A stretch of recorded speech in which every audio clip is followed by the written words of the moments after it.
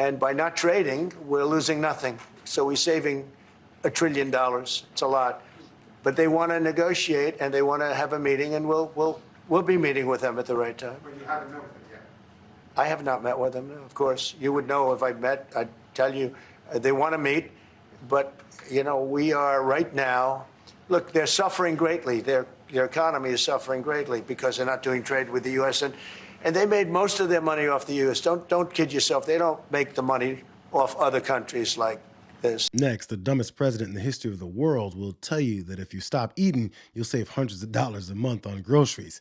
He'll come up with anything to avoid admitting that Chinese trade negotiators aren't wearing red hats and doing whatever the hell he tells them to do. I was hoping you can clarify something. Earlier this morning on Capitol Hill, Secretary Besson said that there had been no negotiations yet with China. You have said something different. They want to meet, and they're doing no business right now. And those ships are turning around in the Pacific Ocean. Big turn. Those are big ships. Those ships take about 10 miles to turn. And, you know, we lost $1 trillion to China on trade because of an incompetent president that we had who preceded me, grossly incompetent. You're finding it out more and more now. As usual, when he's caught in one of his transparent lies, which is like every time he literally says anything, he moves on to describing ships turning around like a kid playing with his toys. That right before alluding to his obsession with Joe Biden. I'm just trying to figure out why he's calling his Treasury Secretary a damn liar, though. I've said before, there are 18 very important trading relationships. We are currently negotiating with 17 of those trading partners. China, we have not engaged in negotiations with as of yet. You have said they need to de-escalate and start that process for us to get going on trade talks. Have they made any effort at this point? I think we could see substantial progress in the coming weeks. We'll see. So they need to make more gestures. What is it that you're looking for, and is that happening? Is there a negotiation about the negotiation? Yeah, we'll see over the coming weeks, and we'll see what President Trump wants to accept. Right. I mean, have they offered anything on the fentanyl, for instance, precursor ingredients? Only what they have said publicly. Listen, the reporter just told him that Scott Bessent admitted the same morning that there have been no talks at all with China, not even talks about talking. You could have legit asked this guy, is that a striped tie you have on? And he'd have said, no, that's fake news. This is why nobody trusts the media today. Just to finish, we also have a situation, because everyone says, when are you going to sign deals? We don't have to sign deals. We could sign 25 deals right now, Howard, if we wanted. We don't have to sign deals. They have to sign deals with us. They want a piece of our market. We don't want a piece of their market. We don't care. We don't care. Notice when things aren't going according to plan, which in this case is just throw shit against the wall and expect the rest of the world to do whatever the hell you want. When that's not working, this child resorts to saying that we don't need to do it anymore. He did it with the negotiations with Russia and Ukraine by saying they're about to just walk away and go home because the art of the deal that was supposed to resolve it in a day, it still hasn't happened. So now this promise to get 90 deals in 90 days has turned into, we don't need to sign deals. They need to sign deals with us. His sorry ass has threatened to walk home before the 90 days is even over. And he still won't identify the 25 deals that he said he could sign today or why he won't. But he did identify it might be tough to sign one with Canada as long as he's sitting next to the new prime minister. During the campaign, Prime Minister Carney talked about the American betrayal. How do you react if Canada decided not to shop in the American store as much as before and decided to partner with other countries? Well, we don't do much business with Canada from our standpoint. They do a lot of business with us.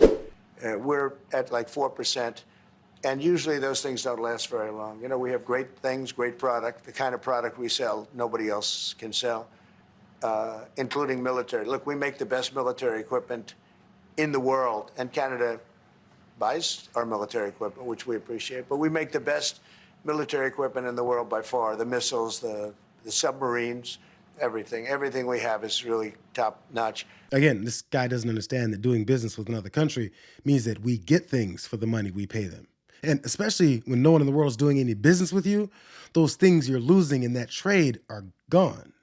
He thinks Prime Minister Carney will just do what he wants because all that he knows about Canada is that Wayne Gretzky likes him and that they love them some hockey, which forced him to show his extreme stupidity in that department too. I love Canada. I have a lot of respect for the Canadians. Wayne Gretzky, I mean, how good, the great one. You happen to have a very, very good hockey player right here on the Capitals, who I have a lot of. He is a big, tough cookie too. Just broke the record, and he's a great guy. And you know, we had the team here, and I got to know a lot of the players. But no, Canada is a very special place. You know that Canadian with the very Russian name, Alexander Ovechkin? The same guy that Trump's boss, Vladimir Putin, praised for breaking the record that Russian fans celebrated along with him. But don't worry, Mag will just tell you that it's fake news and everyone is taking Trump out of context again. You had said that Canada should become the 51st state. Yeah. No. Well, I still believe that, but you know, it takes two to tango, right? But no, I do. I mean, I believe it would be a massive tax cut for the Canadian citizens. You get free military, you get tremendous medical cares and other things. There would be a lot of advantages, but it would be a massive tax cut. And it's also a beautiful, you know, as a real estate developer, you know, I'm a real estate developer at heart. When you get rid of that artificially drawn line, somebody drew that line many years ago with like a ruler, just a straight line right across the top of the country.